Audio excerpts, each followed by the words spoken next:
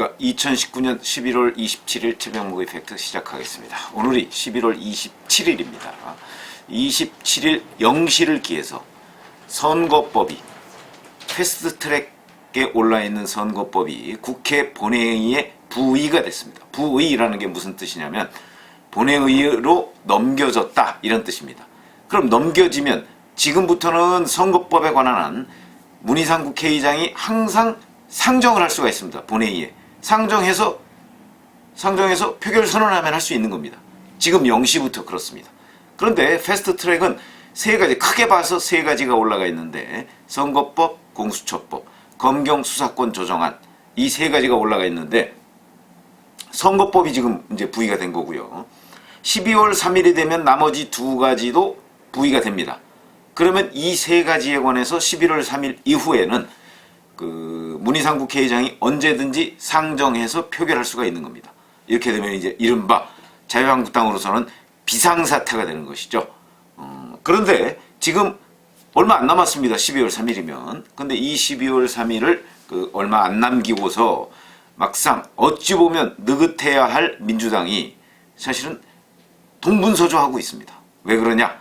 바로 사면초가에 빠져 있기 때문이다. 제가 이런 말씀을 드립니다. 그 첫째, 사면초가. 초가라는 거 아시죠? 초나라 노래.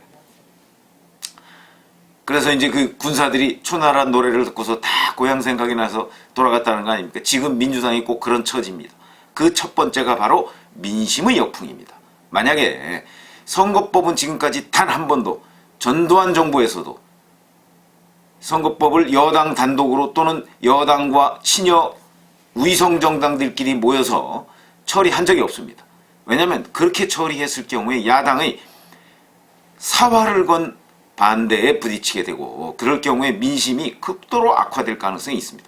그렇기 때문에 선거법은 전두환 정부조차도 단독으로 처리 못했다 하는 건 역사적으로 입증이 되고 있는 일입니다. 근데 지금 민주당은 그런 선거법을 정의당 또 민주평화당 뭐 이런 정당들하고 지금 바른미래당 손학규 대표 쪽 뭐 이런 쪽하고 해서 지금 자유한국당을 빼고서 단독으로 처리하려고 시도를 한 게 바로 패스트트랙 사건입니다.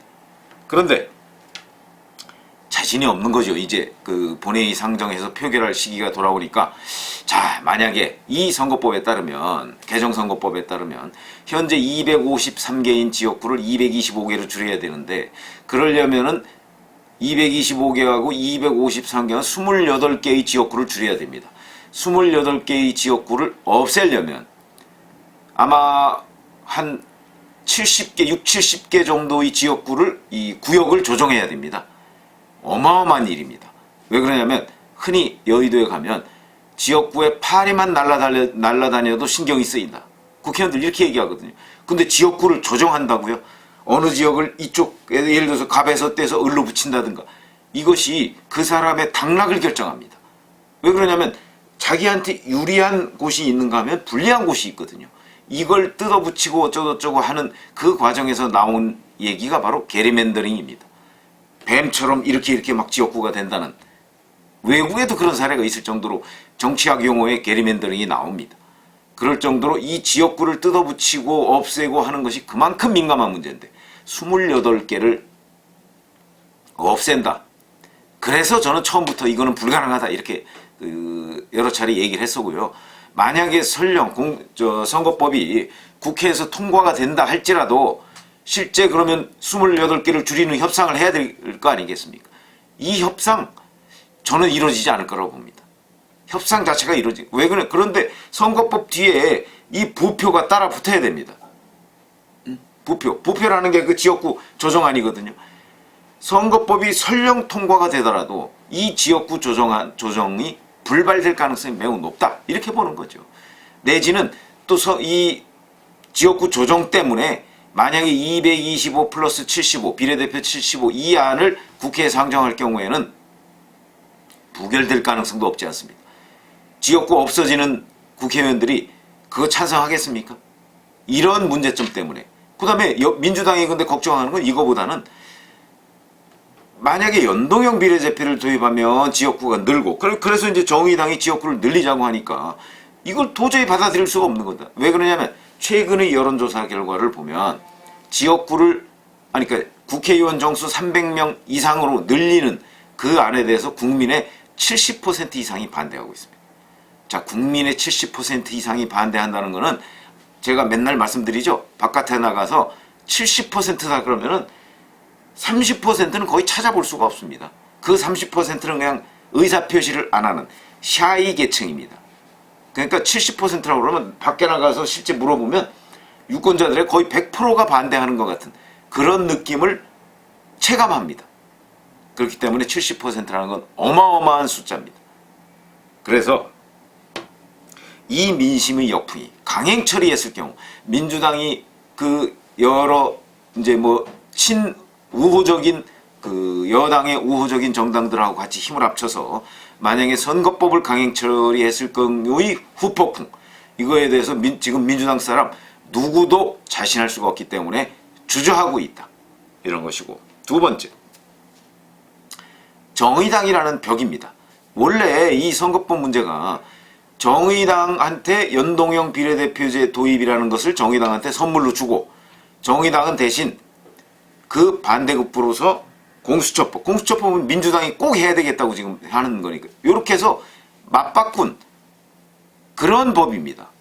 그러니까 민주당은 선거법 굳이 안 바꿔도 되는데 정의당을 끌어들이기 위한 미끼였던 겁니다. 그런데 지금 정의당이 자 225 이거 아니야 이거 우리 못 받아 225 75 이거 못 받으니까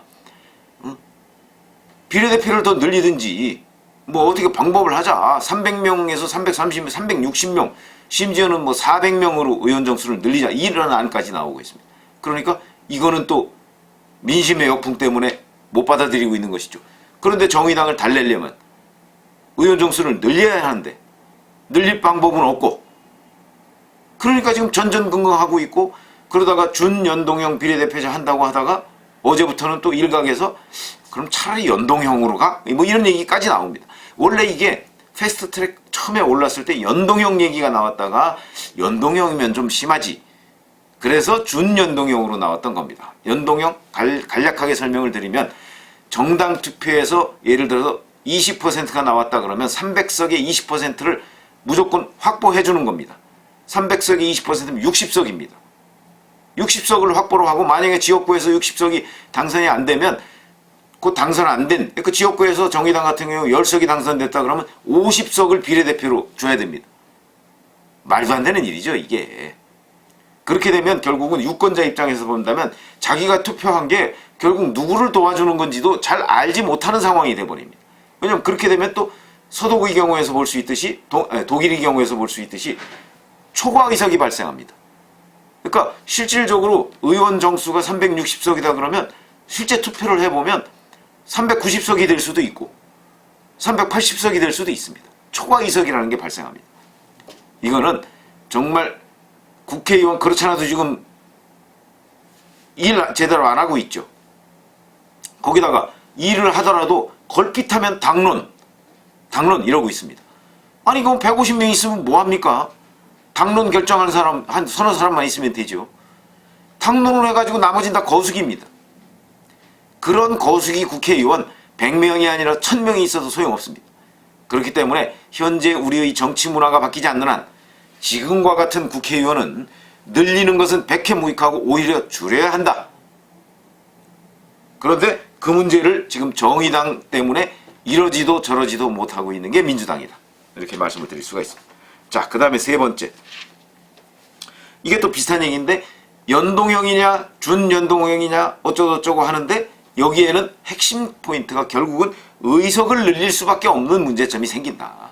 그래서 지금 225 플러스 75를 패스트트랙에 얹어놨는데 그걸 이제 본회의에 부의하기 직전에 부의는 됐으니까 본회의에서 상정하기 직전에 누군가가 이걸 개정을 하는 그런 제안 이건 뭐 충분히 가능합니다. 민주당도 가능하고 한국당도 가능합니다.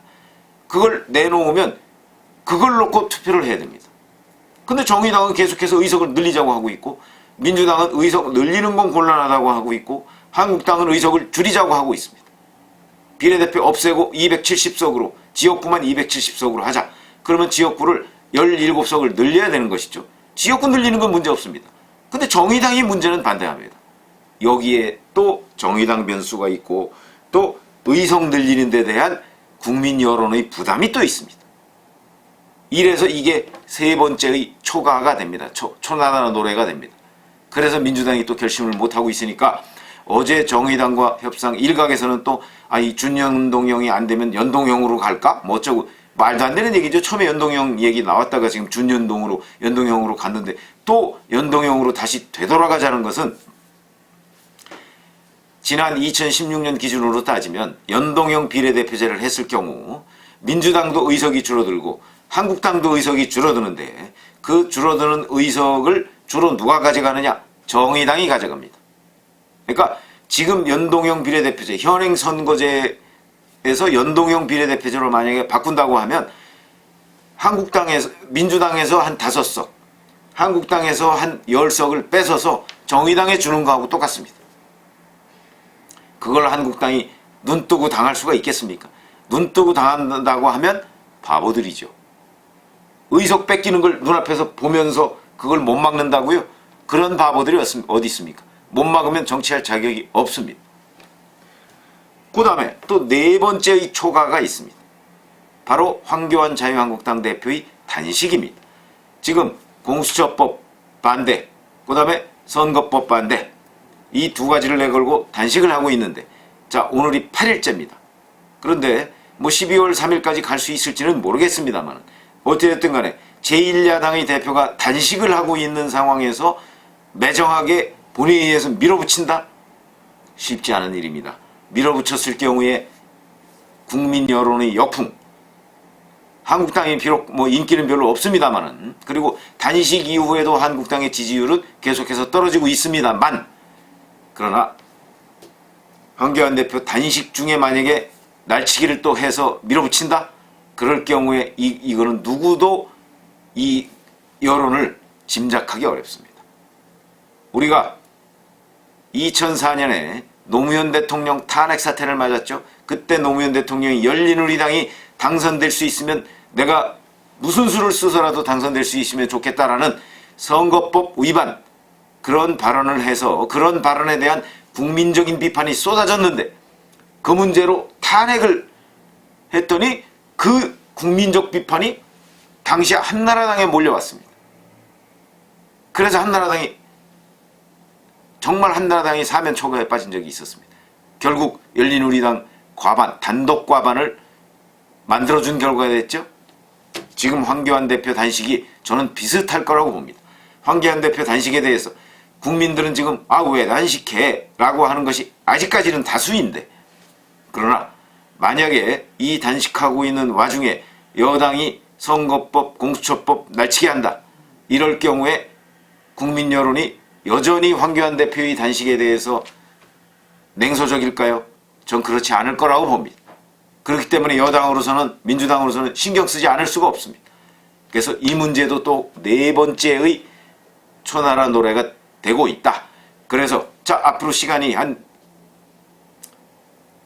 일주일 정도 남았는데, 일주일 정도 남은 기간 동안에 민주당은 계속해서 오락가락하고 있습니다.